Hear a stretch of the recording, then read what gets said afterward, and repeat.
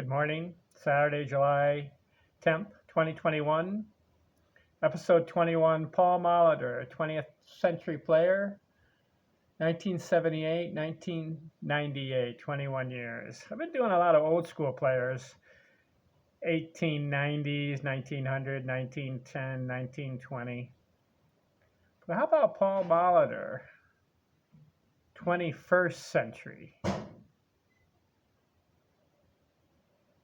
20th century?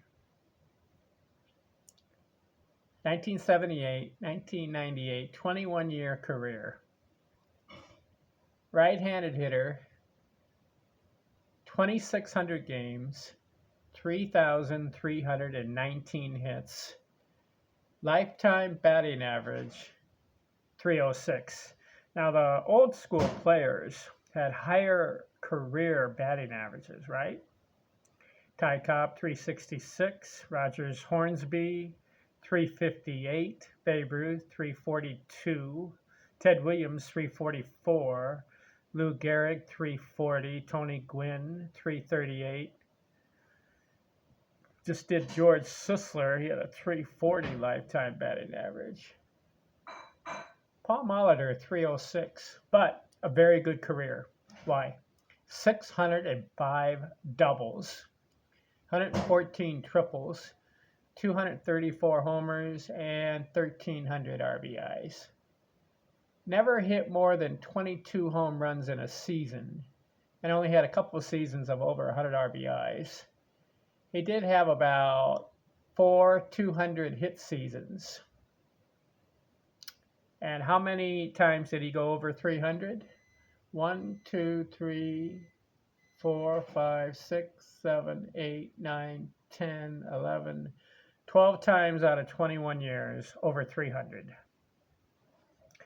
Now, the quality baseball players, I mean the upper echelon baseball players at 18, 19, or 20, even 23 years, even 24 years of batting over 300. Ty Cobb, 23 years in a row over 300. Tony Gwynn, 19 years out of 20. Tony came the closest to having an entire career of every season batting over 300. He had 289 in his first year, then went 19 in a row, 300. Ted Williams had around 18 300 batting seasons. Cap Hansen, I believe, have 24 out of 27, but some of those years were just half a season. I'm talking about guys who play the entire season. So let's look at Paul Molitor. 1978 comes in at 21-year-old, 125 games, first year, 142 hits, 273 average.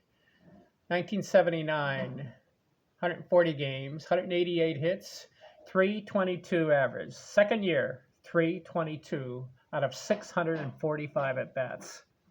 You got a good player on your hands. Third year, playing for the Milwaukee Brewers. 111 games, 137 hits, bats 304. 1981, he's 24 years old, just half a season. 67 hits, 267. So not much of a season, 1981. But 1982, full season, 751 at-bats, 201 hits, 302 batting average. 1983 season, 26 years old, full season, 164 hits, 270. 1984, he's hurt, 13 games. 217, okay. 1985, come back, play 140 games, 171 hits, 297. 1986, he's 29 years old, 105 games, 281. Okay, so after about 8-9 years, he broke 300 3 times, had 200 hits in a season, so he was legitimate. But here's where his career really started off at age 30. 1987 season. 164 hits in 118 games. So he misses about 50 games. 45 games. But listen to this. He bats .353 with 41 doubles. 1988 season, plays 154 games. 190 hits, .312 average. 1989 season, 32 years old, plays 155 games, 194 hits. That's .315. So far, his best season is .353. .315 in the 89 season. 1990, 100 games, 119 hits, .285 average. 1991, he breaks out. If he can play a full season, 752 games, 752 at bats, 216 hits, and bats .325. That was a good year. 216 hits. 1992, 700 at bats, 195 hits, .320. 1993 season, 725 at bats, 211 hits, .332 average. So he's got a good stretch here going. 1991, .325, then .320, .332.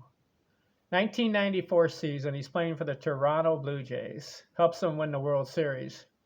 Goes 5 for 5 in one World Series game. What does he do in the 94 season? 155 hits, .341. Good stretch going.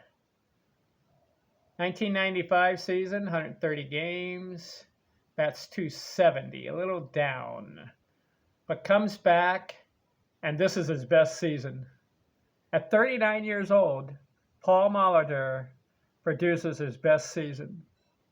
161 games, 729 at bats, and gets 225 hits, 41 doubles, 113 RBIs, and bats .341. What a year at 39 years old, Paul Molitor. 1997 goes. So he played for the Milwaukee Brewers, then he played for the Toronto Blue Jays, and now he's playing for the Minnesota Twins. 135 games, 164 at hits, .305 average. And then his last year, 1998, 41 years old, 141 hits, bats .281. So Paul Molitor earned the Hall of Fame. 2,600 games, 12,000 at bats, 3,319 hits, 605 doubles, 114 triples, 234 home runs, 1,300 RBIs, and has a lifetime batting average of .306. 4,854 total bases. What do you think of Paul Molitor? Good contact hitter. Not a home run slugger, but produced 1, 2, 3, 4, 5, 6, 7, 8, 9, 10, 11, 12 seasons of batting .300 out of 21 years. And had 200 hits in a season 4 times with a high of 225 hits. And his highest batting average was .353. He also had a .341 and a .341. Paul Molitor, Baseball Hall of Fame. I'll take him. All right, who's next? Let's go for someone who played his entire career with the same team. I like those kind of players. Who am I talking about? Carl Yastrzemski is next. Thanks for watching. I'm out.